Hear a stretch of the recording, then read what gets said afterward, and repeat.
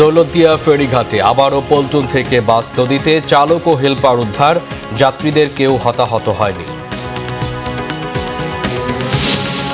কৃষিতে বাজেটের অন্তত 10% বরাদ্দ রাখার সুপারিশ বিশেষজ্ঞদের, আধুনিক যন্ত্রপাতির ব্যবহার ও নতুন জাত উদ্ভাবনে জোর।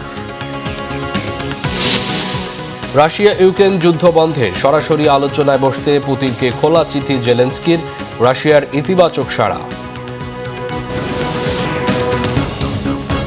দেখছিলেন ক্রাউন সিমেন্ট সংবাদ শিরোনাম, এবার বিস্তারিত। দৌলতদিয়ায় ফেরিতে ওঠার সময় পদ্মা নদীতে পড়ে গেছে এসবি পরিবহনের একটি বাস। বাসের চালক ও হেলপারকে উদ্ধার করে হাসপাতালে ভর্তি করা হয়েছে। সকাল 9টার দিকে ফেরিঘাটের 7 নম্বর পল্টনে এই ঘটনা ঘটে। তবে বাসটি ফেরিতে ওঠার আগে সব যাত্রী নামিয়ে দেয়। যাত্রীদের কেউ হতাহত হননি বলে জানিয়েছেন প্রত্যক্ষদর্শীরা। এর আগে একই ফেরিঘাটে পল্টন থেকে নদীতে পড়ে ডুবে যায় সৌহার্দ্য পরিবহনের একটি বাস। এই ঘটনায় কয়েকজন সাঁতরে ও স্থানীয়দের সহযোগিতায় তীরে উঠলেও বেশিরভাগ যাত্রী ডুবে মারা যায়। দীর্ঘ 7 ঘন্টা পর উদ্ধার করা হয় ডুবে যাওয়া সেই বাসটি। 18 কোটি মানুষের খাদ্য নিরাপত্তা নিশ্চিতে কৃষি মূল ভরসা হলেও বরাবরই উপেক্ষিত কৃষিখাত।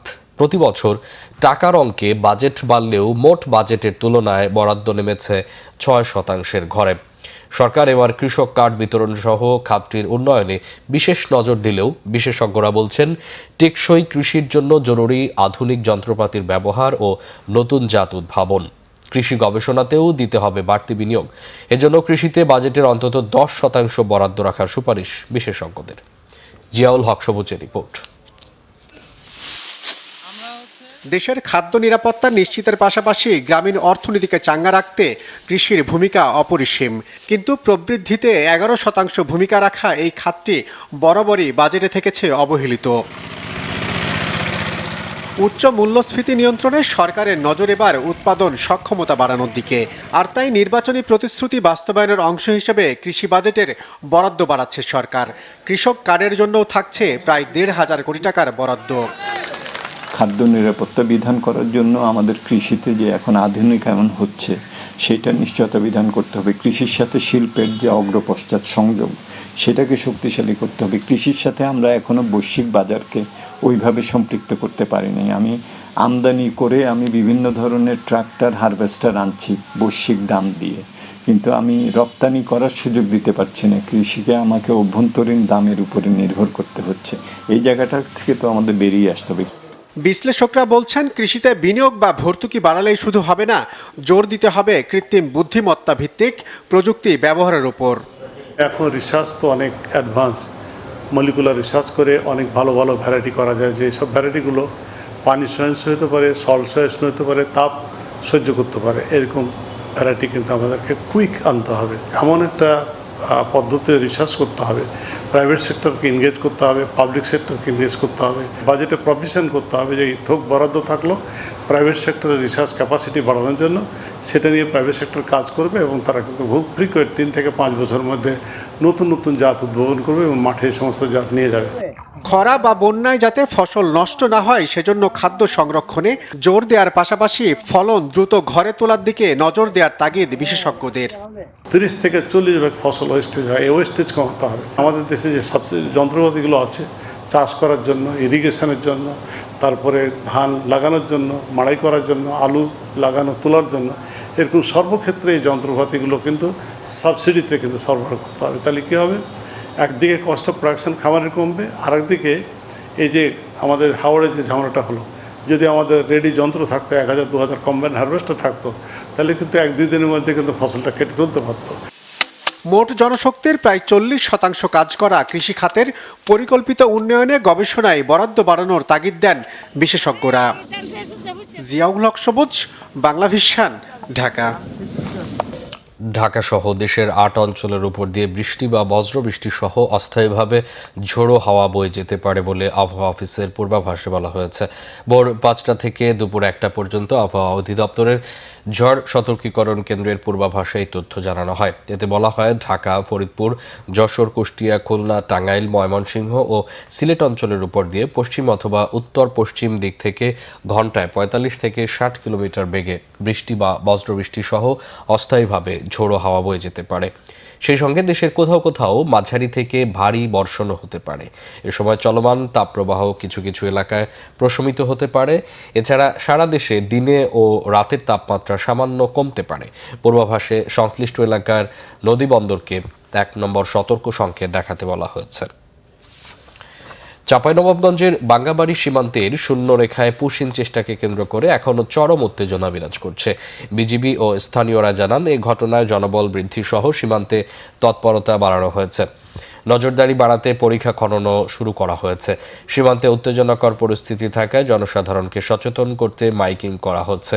বিজিবি নওগাঁ ব্যাটালিয়নের অধিনায়ক লেফটেন্যান্ট কর্নেল মোহাম্মদ আরিফুল ইসলাম মাসুম জানান, কোনোভাবেই সীমান্ত দিয়ে কাউকে বাংলাদেশে প্রবেশ করতে দেওয়া হবে না।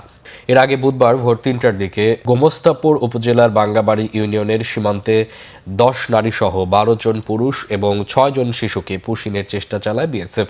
2 দিন ধরে শূন্য রেখায় 50 গজে ভারতের অভ্যন্তরে অবস্থান করছে তারা। এদিকে জয়পুরহাট সীমান্তে বিএসএফ এর কাঁটাতারের বেড়া দেওয়ার চেষ্টায় সতর্ক অবস্থানে রয়েছে বিজিবি। রাত জেগে পাহারা দিচ্ছে গ্রামবাসী। স্থানীয়রা জানান, পাঁচবিবি উপজেলার ঘোনাপাড়া সীমান্তে আন্তর্জাতিক আইন অমান্য করে ভারতীয় সীমান্তরক্ষী বাহিনী কর্তৃক কাঁটাতারের বেড়া দেওয়ার চেষ্টা করে। পরে বিজিবি বাধা দেওয়ার পর থেকে থমথমে অবস্থা বিরাজ করছে ওই এলাকায়। আন্তর্জাতিক প্রসঙ্গ, যুক্তরাষ্ট্র চাইলে এখনই ইরানের সমৃদ্ধ ইউরেনিয়াম জব্দ করতে পারে, তবে এই মুহূর্তে তার প্রয়োজন নেই বলে মন্তব্য করেছেন মার্কিন প্রেসিডেন্ট ডোনাল্ড ট্রাম্প। এদিকে যুক্তরাষ্ট্রের মধ্যস্থতায় লেবানন ও ইসরায়েলের যুদ্ধবিরতি প্রত্যাখ্যান করেছে হিজবুল্লাহ। হোয়াইট হাউসে সাংবাদিকদের সাথে আলাপকালে ইরানের পরমাণু কর্মসূচি নিয়ে মন্তব্য করেন মার্কিন প্রেসিডেন্ট ট্রাম্প। জানান, ইরানের ইউরেনিয়াম বর্তমানে সুরক্ষিত অবস্থায় রয়েছে এবং ওয়াশিংটন সেগুলোর উপর সার্বক্ষণিক নজরদারি রাখছে। এছাড়াও লেবানন সংকটের সমাধানে অগ্রগতি হয়েছে বলেও দাবি মার্কিন প্রেসিডেন্টের। ইসরায়েলি প্রধানমন্ত্রী বেনিয়ামিন নেতানিয়াহু এবং হিজবুল্লাহর সাথে আলোচনার কথা উল্লেখ করে তিনি বলেন, দীর্ঘদিন ধরেই একের পর এক হামলায় বিধ্বস্ত লেবাননে এবার শান্তি ফিরে আসা উচিত। মার্কিন মধ্যস্থতায় নতুন চুক্তিতে লেবাননের ভেতরে সিকিউরিটি জোন তৈরি এবং লেবাননের দক্ষিণাঞ্চল সীমান্ত থেকে হিজবুল্লাহ যোদ্ধাদের সরিয়ে নিতে হবে। তবে ইসরায়েল সেনা প্রত্যাহারে রাজি না হওয়ায় হিজবুল্লাহ এই আলোচনাকে ব্যর্থ ও অপমানজনক আখ্যায়িত করে নতুন এই প্রস্তাবটি প্রত্যাখ্যান করেছে। রাশিয়া ইউক্রেন যুদ্ধ বন্ধে সরাসরি আলোচনায় বসতে রাশিয়ার প্রেসিডেন্ট ভ্লাদিমির পুতিনকে খোলা চিঠি দিয়েছেন ইউক্রেনের প্রেসিডেন্ট ভলোদিমির জেলেনস্কি। পুতিন যুদ্ধ না থামালে অস্তিত্ব রক্ষায় ইউক্রেন লড়াই চালিয়ে যাবে বলে হুঁশিয়ার করেন তিনি। তবে এ বিষয়ে ইতিবাচক সাড়া দিয়েছে পুতিন, বলেছেন আলোচনার জন্য প্রস্তুত রাশিয়া। দীর্ঘ 4 বছরেও বেশি সময় ধরে চলা রক্তক্ষয়ী যুদ্ধ থামাতে পুতিনকে সরাসরি আলোচনার প্রস্তাব দিয়ে জেলেনস্কির চিঠির কপি যুক্তরাষ্ট্রসহ বিভিন্ন দেশে পাঠানো হয়েছে। আলোচনায় বসার জন্য সুইজারল্যান্ড, তুরস্ক বা আরব বিশ্বের মতো কোনো নিরপেক্ষ দেশের নাম প্রস্তাব করেছেন ইউক্রেনের প্রেসিডেন্ট। জেলেনস্কির এই চিঠির জবাবে মস্কো থেকে ইতিবাচক কিন্তু শর্ত সাপেক্ষ বার্তা এসেছে। সেন্ট পিটার্সবার্গ আন্তর্জাতিক অর্থনৈতিক ফোরামে পুতিন স্পষ্ট জানিয়েছেন, রাশিয়া আলোচনার জন্য সম্পূর্ণ প্রস্তুত। তবে মার্কিন প্রেসিডেন্ট ডোনাল্ড ট্রাম্পের সাথে আলাস্কার অ্যাঙ্করেজে পুতিনের যে বৈঠক হয়েছিল সেই সমঝোতার ভিত্তিতেই চুক্তি করতে চায় ক্রেমলিন। তবে অ্যাঙ্করেজ সমঝোতার চুক্তির মূল শর্ত ছিল ইউক্রেনকে তার কিছু ভূখণ্ড রাশিয়ার হাতে ছেড়ে দিতে হবে, যা ইউক্রেন আগে থেকেই প্রত্যাখ্যান করে আসছে। এই ছিল এখনকার মতো। পরের সংবাদ দুপুর 2টায়, এর আগে একটা রয়েছে নিউজ টপ 10 দেখার আমন্ত্রণ রইল। এছাড়া বাংলা ভিশন সংবাদ ও সংবাদ সংশ্লিষ্ট অনুষ্ঠান দেখতে ভিজিট করুন www.bfinews24.com ও facebook.com/banglavisionnews এবং সাবস্ক্রাইব করুন youtube.com/banglavisionnews। এতক্ষণ সাথে থাকায় অসংখ্য ধন্যবাদ।